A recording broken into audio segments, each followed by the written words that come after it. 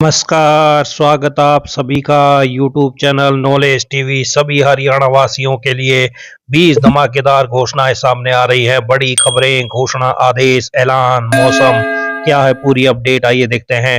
हरियाणा की हर छोटी से बड़ी योजना, घोषणा, आदेश सभी के लिए चैनल को सब्सक्राइब जरूर कर लें। तो चलिए देखते हैं सभी हरियाणा वासियों के लिए 20 बड़ी खबरें, घोषणा, ऐलान। पहली बड़ी घोषणा, हरियाणा में बुढ़ापा पेंशन कटने को लेकर मचे सियासी घमासान के बीच एक बड़ा खुलासा हुआ है। समाज कल्याण विभाग में पेंशन का काम देखने वाले सेवा सेक्शन ने 65 से 70 साल के आयु वर्ग के बुजुर्गों की बुढ़ापा पेंशन होल्ड की है। ऐसे बुजुर्गों की संख्या लगभग 70,000 है। सूत्रों के मुताबिक पेंशन रोकने के मुख्य कारण कुछ बुजुर्गों के खाते डाकघर में होना, इनकम टैक्स विभाग से संदिग्ध खातों की जानकारी मिलना, पेंशन लेने वालों में कुछ के परिवार में कार होना और कुछ पेंशन धारकों के नाम पर 20 एकड़ तक कृषि भूमि होना है। इसके अलावा कुछ मामलों में रिकॉर्ड में आयु 60 साल से भी कम पाई गई है। अधिकारी ऐसे लोगों के डॉक्यूमेंट की जांच कर रहे हैं। अगर कोई कमी नहीं मिलती है तो पेंशन एरियर के साथ रिलीज कर दी जाएगी। उधर पेंशन को लेकर मचे बवाल के बाद मुख्यमंत्री नायब सैनी ने एक इमरजेंसी मीटिंग बुलाई। इस मीटिंग में सेवा विभाग के 3 सीनियर अधिकारियों को तलब किया गया है। इस बैठक में पेंशन से जुड़े 11 अन्य अधिकारियों को भी बुलाया गया है। नवंबर 2025 से बढ़कर मिलनी थी पेंशन 3200 रुपए, 3000 से 3200 हो चुकी है 1 नवंबर 2025 से, लेकिन अभी बैंक खातों में 3000 ही आ रहे हैं। तो पेंशन होल्ड करने की वजह बताई जा रही है, डाकघर के खातों को बैंक में कन्वर्ट करेंगे। हरियाणा में जिन 70,000 बुजुर्गों की पेंशन रोकी गई है, उसकी पहली वजह सेवा विभाग के आधिकारिक सूत्रों ने यह बताई है कि सरकार पेंशन सीधे बैंक खातों में बेचती है, लेकिन कुछ बुजुर्गों के खाते डाकघर में चल रहे हैं, जिसके कारण कुछ तकनीकी दिक्कत आ रही है। इसलिए अब इन खातों को बैंक में कन्वर्ट किया जा रहा है। तो वहीं सेवा विभाग के सूत्रों का कहना है कि प्रदेश के आयकर विभाग से कुछ संदिग्ध खातों की जानकारी भेजी गई। इस संदिग्ध खातों में वे खाते शामिल हैं जिनमें रिटायर्ड फौजी, प्रिंसिपल या अन्य ऐसे ही लोग हैं। इन लोगों की पत्नियां भी इस बुढ़ापा पेंशन का लाभ ले रही हैं। तीसरा बड़ा कारण बताया जा रहा है कि पेंशन लेने वाले कुछ लोग ऐसे भी हैं जिनके परिवार में मोटर कार भी है। परिवार पहचान पत्र में उन्होंने यह जानकारी छिपाई है। यह जानकारी मिलने के बाद सेवा विभाग की ओर से पेंशन रोक दी गई है। सबसे अहम बात है कि मेरी फसल मेरा ब्यौरा पोर्टल पर कुछ ऐसे पेंशन धारक भी चिन्हित हुए हैं जिनके नाम पर 20-20 एकड़ तक कृषि भूमि रजिस्टर्ड है। इसके अलावा ये पेंशन धारक केंद्रीय योजनाओं के तहत किसानों को दिए जाने वाले आर्थिक लाभ भी ले रहे हैं।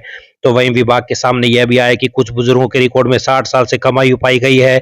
इसका कारण यह है कि 15 साल पुराने पेंशनर हैं जिनकी आयु मेडिकल सर्टिफिकेट के आधार पर निर्धारित की गई थी। वहीं मंत्री का कहना है कि हम किसी एक आदमी की भी पेंशन नहीं काट रहे हैं। अप्लाई पेंशन की एज डॉक्यूमेंट वेरिफिकेशन करना सेवा विभाग की जिम्मेदारी है। तो हरियाणा में करीब 2 लाख बुजुर्गों की पेंशन काटने के आरोपों और इससे उपजे विवाद के बीच मुख्यमंत्री नायब सैनी ने कहा है कि किसी भी पात्र व्यक्ति की पेंशन नहीं काटी गई है। पेंशन काटने को लेकर विपक्ष भ्रामक प्रचार कर रहा है। उन्होंने स्पष्ट किया कि जब किसी पेंशन लाभार्थी की मृत्यु हो जाती है तो नियमानुसार उसकी पेंशन स्वतः बंद हो जाती है। 1,03,000 केस ऐसे हैं जिनमें लाभार्थी की मृत्यु के उपरांत पेंशन बंद हुई है। चंडीगढ़ में मीडिया से बातचीत के दौरान सीएम नायब सैनी ने जानकारी दी कि करीब 37,000 ऐसे मामले सामने आए हैं जिनमें वास्तविक आयु 60 वर्ष से कम थी। लोगों ने डाटाबेस में छेड़छाड़ कर पेंशन स्वीकृत करवा ली थी, तो लाभार्थियों की पेंशन स्थगित कर दी है। डेटाबेस में छेड़छाड़ करने वालों के विरुद्ध कार्रवाई शुरू की जा चुकी है। यदि वह लोग अपनी आयु 60 वर्ष से अधिक होने का कोई प्रमाण देंगे तो उनकी पेंशन पुनः शुरू कर दी जाएगी। उन्होंने बताया कि अक्टूबर 2024 से registrar general of India portal में किसी तकनीकी समस्या के कारण प्रदेश सरकार को हरियाणा में मृत व्यक्तियों का डाटा नहीं मिला था। यह डाटा नवंबर 2025 में प्राप्त होने के बाद एक मुश्त में ऐसे मृतकों की पेंशन कटी है। मुख्यमंत्री ने कहा कि करीब 39,000 मामलों में स्थानीय समिति एवं सेक्टर समिति द्वारा आय आधारित पात्रता का सत्यापन नहीं किया गया था। ऐसे मामलों में आय का प्रमाण दिया जाएगा तो तुरंत उसका सत्यापन करवाया जाएगा और प्रमाण सही पाने पर पेंशन बहाल कर दी जाएगी। सैनी ने कहा कि अपने संकल्प पत्र में किए गए वादे के मुताबिक 70 वर्ष से अधिक आयु के बुजुर्गों को हमारी सरकार 5 लाख रुपए तक का इलाज मुफ्त दे रही है। तो ये बड़ी अपडेट। आइए अगली बड़ी घोषणा देखते हैं। हरियाणा एनसीआर में मौसम परिवर्तनशील बना हुआ है। तो अब हरियाणा कृषि विश्वविद्यालय के मौसम विभाग के अनुसार मौसम आमतौर पर 16 फरवरी तक शुष्क रहेगा, परंतु परिवर्तनशील रहने की संभावना है। 16 फरवरी की रात से पश्चिमी विक्षोभ सक्रिय होगा, जिसके कारण 16 और 17 तारीख को आंशिक बादलवाई रहने तथा हवा गरज चमक के साथ कहीं कहीं बूंदाबांदी हल्की बारिश की संभावना बन रही है। आइए अगली बड़ी घोषणा देखते हैं। कर्मचारी भविष्य निधि संगठन ईपीएफओ ऑनलाइन सेवाओं की दिशा में अहम कदम उठाने जा रहा है। ईपीएफ खाता धारकों को जल्द यूपीआई पेमेंट गेटवे के जरिए पीएफ खाते से राशि निकालने की सुविधा मिलेगी। इसके जरिए ईपीएफ सदस्य अपने बैंक खाते में सीधे यूपीआई के माध्यम से राशि भेज सकेंगे। तो ये बड़ी खुशखबरी सभी के लिए, पीएफ को निकाल सकते हैं एटीएम के जरिए। आइए अगली बड़ी घोषणा देखते हैं। केंद्र सरकार एआई जनरेटेड और डीप फेक कंटेंट पर शिकंजा कसने जा रही है। इसके लिए सरकार ने सूचना प्रौद्योगिकी नियम में कई अहम संशोधन अधिसूचित कर दिए हैं। इसके मुताबिक अदालत या सरकार के निर्देश पर सोशल मीडिया प्लेटफॉर्म को आपत्तिजनक कंटेंट 3 घंटे में हटाना होगा। यह टाइमलाइन सामान्य केस में नहीं बल्कि गंभीर और तत्कालिक जोखिम वाले मामलों में सख्ती से लागू रहेगी। इसके अलावा सोशल मीडिया प्लेटफॉर्म को यह भी सुनिश्चित करना होगा कि एआई टूल्स से तैयार किसी भी कंटेंट पर स्पष्ट रूप से लेबल लगा हो। इसके अलावा यूजर्स को यह भी घोषणा करनी होगी कि उनके द्वारा अपलोड किया गया कंटेंट एआई द्वारा बनाया या बदला गया है या नहीं। ऐसे वीडियो की जांच के लिए प्लेटफॉर्म को भी ऑटोमेटिक टूल्स देने होंगे। यदि प्लेटफॉर्म ऐसा नहीं करते हैं तो उन्हें कानूनी जिम्मेदारी का सामना करना पड़ सकता है।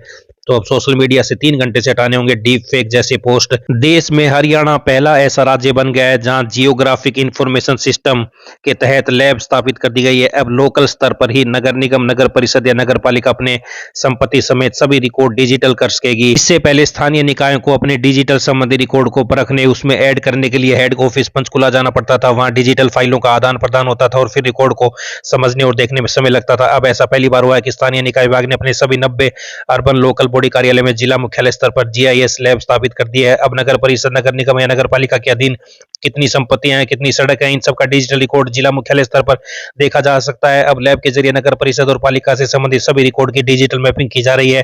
झज्जर नगर परिषद में भी यह स्थापित कर दी गई है।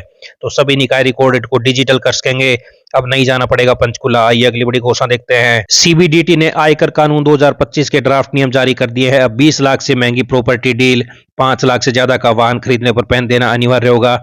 सालाना 10 लाख से अधिक की नगद निकासी और जमा पर भी यह नियम लागू होगा। विभाग का लक्ष्य एआई और डाटा एनालिस्ट के जरिए पारदर्शिता लाना। यह बदलाव 1 अप्रैल 2026 से प्रभावी होंगे।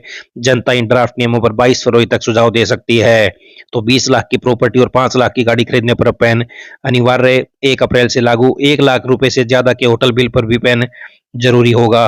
तो ये आप देख सकते हैं, प्रॉपर्टी खरीद बिक्री 20 लाख से ज्यादा पैन जरूरी होगा। 2 पहिया कार खरीद 5 लाख, नगद निकासी सीमा 10 लाख, होटल बिल 1 लाख पर पैन दिखाना जरूरी होगा। तो ये बड़ी अपडेट। आइए अगली बड़ी घोषणा देखते हैं। हरियाणा में अब सीवरेज की समस्या को खत्म किया जाएगा। इसके लिए करीब 50 साल की व्यवस्था की जाएगी। यहां तक कि सीवरेज लाइन ठीक करने के लिए खुदाई भी नहीं करनी पड़ेगी। पब्लिक हेल्थ डिपार्टमेंट अब सीआईपीपी लाइनिंग तकनीक से काम करेगा। जितनी भी पुरानी जर्जर हो चुकी सीवरेज लाइन है उसमें सभी तकनीक से काम होगा ताकि बार बार परेशानी न आए। तो बिना खुदाई होगा सीवरेज लाइन का काम, 50 साल की मजबूती मिलेगी। मंत्री गंगवा ने अधिकारियों को योजना बनाने के निर्देश दिए। आइए अगली बड़ी घोषणा देखते हैं। फरीदाबाद के सूरजकुंड मेले में हुआ झूले हादसे के बाद हरियाणा सरकार अलर्ट हो गई है। सरकार अब इन मेलों और एडवेंचर झूलों को लेकर एक फेयर पॉलिसी लेकर आएगी। इसे लेकर मुख्यमंत्री नायब सैनी ने घोषणा कर दी है। इस तरह की पॉलिसी बनाने वाला हरियाणा देश का पहला राज्य होगा। तो अब मेलों में नहीं जाएगी जांच, झूलों की रोजाना होगी जांच, सरकार लाएगी पॉलिसी। ऐसा करने वाला पहला राज्य होगा हरियाणा। एसओपी तैयार होगी।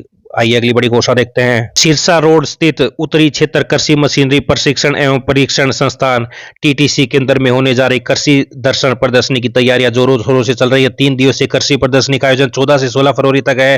टीटीसी के निदेशक ने प्रदर्शनी की तैयारियों का जायजा लिया। उन्होंने कहा कि पिछले वर्ष लगभग 1.25 लाख की संख्या में किसान व आमजन ने शिरकत की थी। इस बार उम्मीद है कि 2.5 लाख लोग आएंगे। तो कृषि प्रदर्शनी की तैयारियां जोरों पर, 2.5 लाख लोग आएंगे। आइए अगली बड़ी घोषणा देखते हैं। हरियाणा विद्यालय शिक्षा निदेशालय ने प्रदेश के सरकारी स्कूलों में कार्यरत गेस्ट टीचरों के मानदेय में बढ़ोतरी को लेकर आदेश जारी किए हैं। आदेश के अनुसार गेस्ट टीचरों के मानदेय में वृद्धि महंगाई भत्ते के आधार पर की जाएगी। 1 जनवरी 2025 से 2% तथा 1 जुलाई 2025 से 3% की अतिरिक्त वृद्धि लागू की गई है। वित्त विभाग से 10 फरवरी 2026 को सहमति मिलने के बाद यह निर्णय प्रभावी किया गया है। इसके अलावा हरियाणा संविदा कर्मचारी सेवा सुरक्षा अधिनियम 2024 की प्रथम अनुसूची में उल्लेखित कुछ लाभ भी गेस्ट टीचरों को प्रदान किए जाएंगे। हालांकि विभाग ने स्पष्ट किया कि जिन शिक्षकों को पूर्व में यह लाभ दिया जा चुका है उन्हें दोबारा इसका लाभ नहीं मिलेगा। इस फैसले से प्रदेश भर के करीब 10,000 शिक्षकों को फायदा होगा। तो ये बड़ी अपडेट। आइए अगली बड़ी घोषणा देखते हैं। हरियाणा कौशल रोजगार निगम में हरियाणा में 851 पदों पर भर्ती के लिए मांगे गए आवेदन। एचकेआरएन देगा 25 से 40 हजार तक सैलरी। हिसार में नोडल प्रोजेक्ट मैनेजर की पोस्ट। तो हरियाणा कौशल रोजगार निगम ने विभिन्न जिलों और श्रेणियों में 851 रिक्त पदों के लिए आवेदन आमंत्रित किए हैं। इन पदों के लिए आवेदन की समय सीमा 13, 15 और 17 फरवरी निर्धारित की गई है। इच्छुक उम्मीदवार योग्यता के आधार पर पोर्टल पर जाकर जल्दी आवेदन कर सकते हैं। गुरुग्राम के सोना शहरी क्षेत्र में भवन निर्माण के कार्य के लिए 200 कारपेंटरों की आवश्यकता है। भवन निर्माण में बाइंडर के कार्य के लिए 200 पदों के लिए 15 फरवरी तक आवेदन किए जा सकते हैं। भवन निर्माण में मचान तैयार करने वालों के लिए 150 पदों के लिए भी 15 फरवरी तक आवेदन मांगे गए हैं। इसके अलावा बद्दी में 100 मैकेनिकल पदों के लिए आवेदन की तिथि को 13 फरवरी तक कर दिया है। इसी तरह से गुरुग्राम में वोल्वो ट्रक ड्राइवर के 200 पदों पर आवेदन की तिथि को भी 13 फरवरी तक बढ़ा दिया गया है। तो ये आप देख सकते हैं कौन कौन से पद हैं, कहाँ पर हैं, स्थान और अंतिम तिथि। तो ये आप पूरी लिस्ट देख सकते हैं।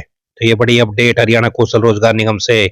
आइए अगली बड़ी घोषणा देखते हैं। गुरुग्राम में राष्ट्रीय सरस आजीविका मेला 2026। गुरुग्राम में चौथी बार राष्ट्रीय स्तर का सरस मेला 10 से 26 फरवरी तक आयोजित किया जा रहा है। स्थान लेजर वैली ग्राउंड सेक्टर 29। समय प्रातः 11 से रात्रि 9:30 बजे तक। प्रवेश निःशुल्क। देश के विभिन्न राज्यों से आई 900 स्वयं सहायता समूह, दीदियां, 450 से ज्यादा स्टॉल, ग्रामीण शिल्प, हस्तकरघा और पारंपरिक उत्पाद, फूड कोर्ट, भारत के अलग अलग राज्यों के पारंपरिक व्यंजन, लोक नृत्य, सांस्कृतिक प्रस्तुतियां, प्रतिदिन ग्रामीण शिल्प व महिला सशक्तिकरण का अद्भुत संगम। तो ये बड़ी अपडेट। डीसी ने अधिक से अधिक संख्या में मेले में पहुंचकर ग्रामीण शिल्पकारों व महिलाओं का उत्साहवर्धन करने की अपील की है। आइए अगली बड़ी घोषणा देखते हैं। पेंशन से संबंधित समस्याएं और आय आधारित पात्रता से जुड़ी शिकायत सीएम नायब सैनी के संज्ञान में आई हैं। इन शिकायतों व अपीलों के समाधान तथा पात्रता के निष्पक्ष निपटान के लिए मैंने सभी जिलों के एडीसी को निर्देश जारी कर दिए हैं। अब वे सप्ताह में 2 दिन सोमवार और बृहस्पतिवार को इन मामलों का निवारण सुनिश्चित करेंगे, कहना है मुख्यमंत्री नायब सैनी का। आइए अगली बड़ी घोषणा देखते हैं। दीनदयाल लाडो लक्ष्मी योजना की चौथी किस्त जारी कर दी गई है। 9,22,000 से अधिक लाभार्थियों के खातों में 193 करोड़ डाले गए हैं। तो वहीं वृद्धावस्था, विधवा, दिव्यांग और अन्य सामाजिक सुरक्षा पेंशन भी जारी की गई। हर घर हर गृहिणी योजना के तहत 12,62,000 लाभार्थियों के बैंक खातों में नवंबर और दिसंबर महीने की सब्सिडी डाली गई है।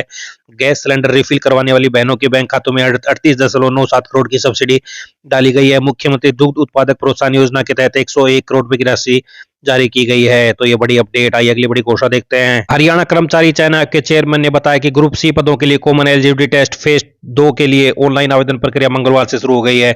इस भर्ती प्रक्रिया के लिए विज्ञापन का प्रकाशन 6 फरवरी को किया गया था। तो ग्रुप सी सीईटी फेज 2 के लिए ऑनलाइन आवेदन प्रक्रिया शुरू। बड़ी अपडेट।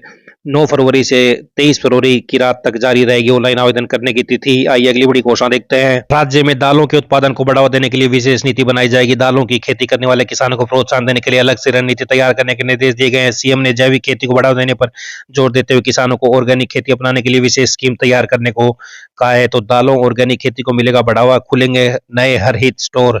सीएम सैनी ने समीक्षा बैठक में दिए निर्देश। आइए अगली बड़ी घोषणा देखते हैं। खेल नर्सरी आवंटन के लिए ऑनलाइन आवेदन मांगे गए हैं। तो जल्दी से जल्दी अंतिम तिथि 15 फरवरी है। तो सरकारी स्कूल, ग्राम पंचायत, निजी शिक्षण संस्थानों से ऑनलाइन आवेदन आमंत्रित किए गए हैं। आवेदन की अंतिम तिथि 15 फरवरी तक है। तो खेल नर्सरी के लिए ऑनलाइन आवेदन वेबसाइट पर कर सकते हैं। आइए अगली बड़ी घोषणा देखते हैं। 375 जेबीटी के अंगूठों का मिलान पंचकुला में होगा। शिक्षा विभाग द्वारा पंचकुला में 375 जेबीटी के अंगूठों का मिलान 11 से 14 फरवरी तक किया जाएगा। इस संदर्भ में मौलिक शिक्षा विभाग के निदेशक की ओर से सभी जिला मौलिक शिक्षा अधिकारियों को पत्र जारी किया गया है। सीबीएसई का बड़ा कदम। 12वीं बोर्ड के 17 लाख से ज्यादा छात्रों की उत्तर पुस्तिकाओं के 32 करोड़ पन्ने स्कैन होकर अपलोड होंगे। तो इस बार 12वीं की 1 करोड़ कॉपियां ऑन स्क्रीन जांचेंगे। तो ये बड़ी अपडेट सीबीएसई बोर्ड की तरफ से। तो ये सभी हरियाणा वासियों के लिए बड़ी अपडेट। पल पल की जानकारी आप सभी को मिलती रहेगी। चैनल को सब्सक्राइब जरूर कर लें यूट्यूब चैनल नॉलेज टीवी। बहुत बहुत धन्यवाद।